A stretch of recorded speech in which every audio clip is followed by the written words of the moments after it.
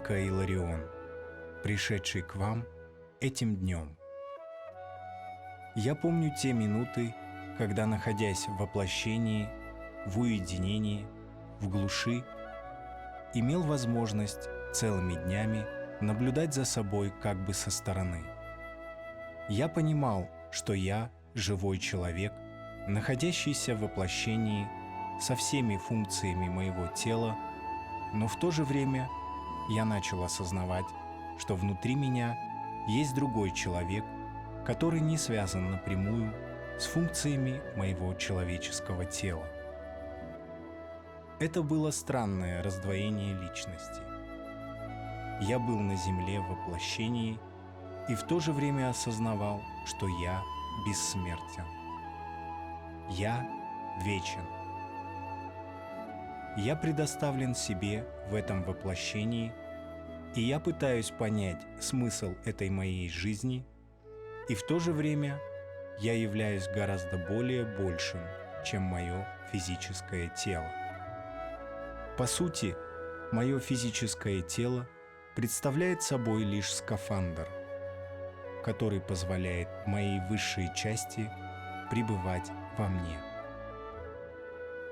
И в эти минуты ясного осознавания, кто я есть на самом деле, мое сознание возвышалось до невообразимых высот, с которых я ясно видел единство всего живого, что существует на земле. Я ясно видел единство всех царств природы, ангелов и элементалов.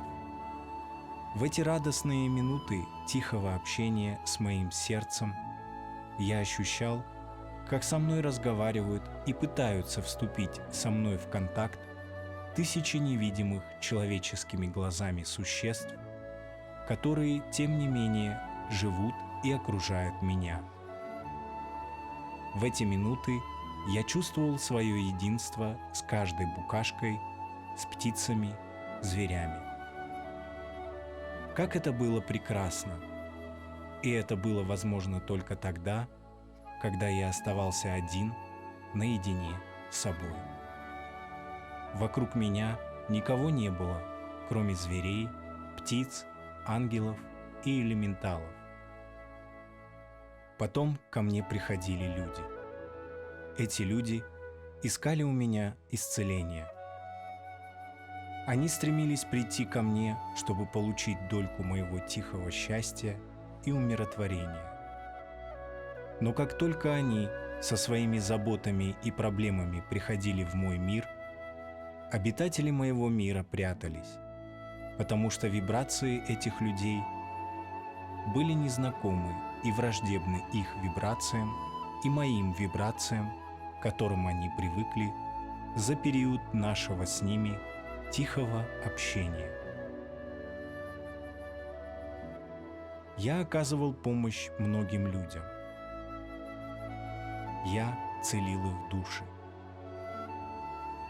Я делал снадобья из трав и давал им эти снадобья.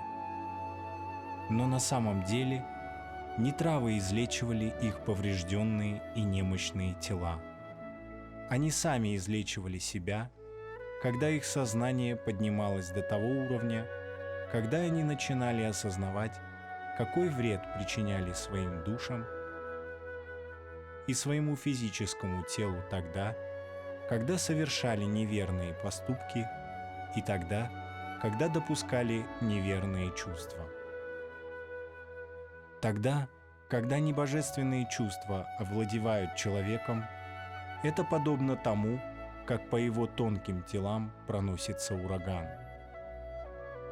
И если вами часто владеет ненависть, грусть, печаль, зависть, ревность и другие негативные чувства, то каждый раз по вашим тонким телам проходит ураган за ураганом.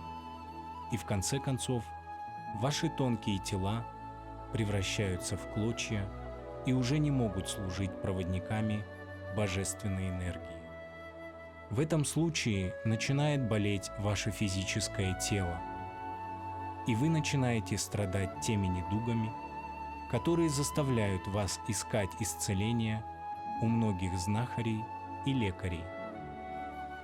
И вам несказанно повезет, если вы на вашем пути встретите того лекаря, который будет врачевать не ваше тело, а вашу душу.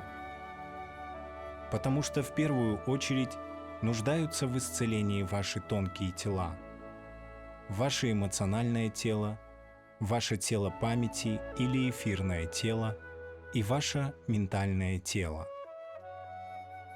Вы сами являетесь причиной ваших болезней. И тогда, когда вы приходите к пониманию этой простой вещи, вы делаете первый и самый главный шаг к вашему исцелению. Следующий шаг состоит в том, что вы принимаете решение больше не совершать никаких действий, которые привели вас к вашей болезни. Для одних это будет избавление от отрицательных мыслей, для других – от негативных чувств, для кого-то – от отрицательных поступков. Вы должны пожелать избавиться от всего, что являлось причиной болезни вашей души и тела. И только после этого вы готовы к следующему шагу, когда вы с сокрушенным сердцем искренне взываете к Богу и просите об исцелении вашей души и вашего физического тела от недугов. Ваша цивилизация, к сожалению, направлена на разрушение вашей души. И многие так называемые художественные фильмы оказывают разрушительное действие на ваши тонкие тела, подобное цунами. Оберегайте себя от просмотра подобных произведений и особенно тщательно оберегайте ваших детей, потому что их тонкие тела еще не имеют достаточной защиты, и весь тот кошмар, который они видят на экранах ваших телевизоров, просто программирует их на болезнь и смерть. Порочный круг проблем вашей цивилизации вы можете разорвать сами в любой момент. Все, что от вас требуется, просто принять решение и действовать в соответствии с божественными принципами в ваших жизнях. А сейчас я бы хотел остановиться еще на одном очень важном моменте. Тогда, когда вы будете призывать ангелов, Бога и владык вам на помощь, всегда старайтесь войти в смиренное состояние и просить из точки благоговения перед жизнью и Творцом.